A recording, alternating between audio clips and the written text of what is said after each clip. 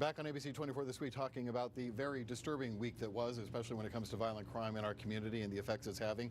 We want to talk about some solutions here as we return here. And Susan Adler-Thorpe, political consultant, you have seen this work before where we think outside the box and we start to think big in terms of solutions. And before coming on the air, that was something you were telling me you would like to see happen here by the leadership.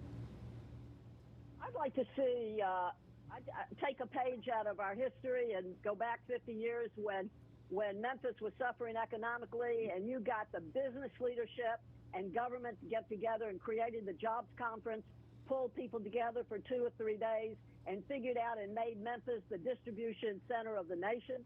Well, we've got a problem. Whatever has been going on with the crime in the city, it hasn't worked. So maybe we should call in outside experts, people here, the business community together, the criminologists together, the law enforcement community, and let's try to hammer out and see how we solve these problems. But we're not going to solve problems by pointing a finger at juvenile court, pointing a finger at law enforcement, pointing a finger at parents who aren't watching their children.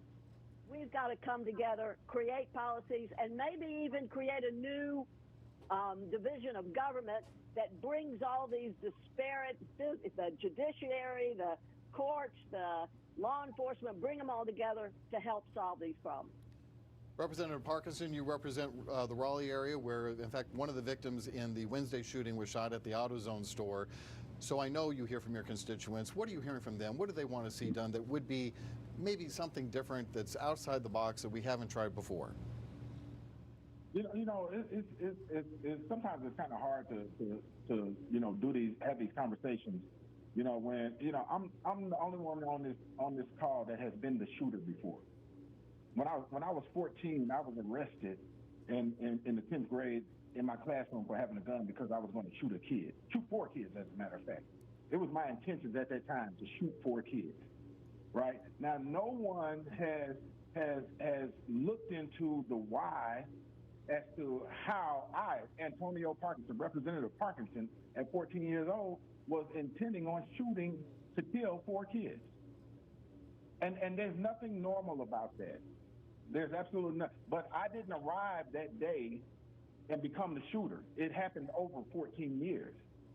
And everyone that was within my sphere missed it, except for the United States Marine Corps. The United States Marine Corps is what saved me. Right, but everyone up until I'm 14 years old, until I was handcuffed and walked out of that classroom and into that police car, missed the fact that I was likely to be in this space. And again, we can get all of these business community and all of these folks that don't live in these conditions together, and we're still going to have the same BS. But until you start addressing the conditions that these kids are living in, seeing the abuse, the drug abuse, the homelessness, the neighborhoods where you hear gunshots every night and it becomes the new norm, right? Until you address seeing someone get shot and killed. Has anybody on this call ever seen anyone get shot and killed in their person in front of them?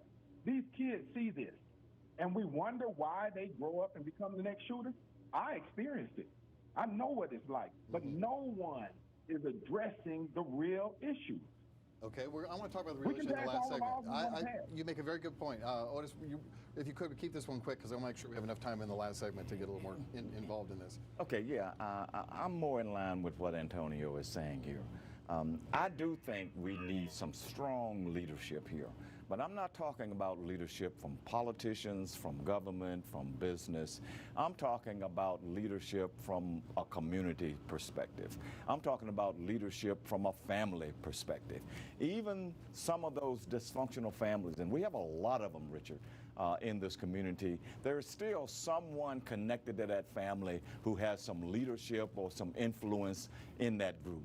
We need those kind of folks to step up and say, we are not going to tolerate this even with our own family. We're not going to tolerate kids running around threatening people on social media, or we're not going to tolerate having guns in the house. We just need so many more different types of leaders who are willing to step up and be leaders and try to solve this problem at the ground level in these communities and in respective homes. Okay, we'll take a break. We'll talk more about this when we come right back.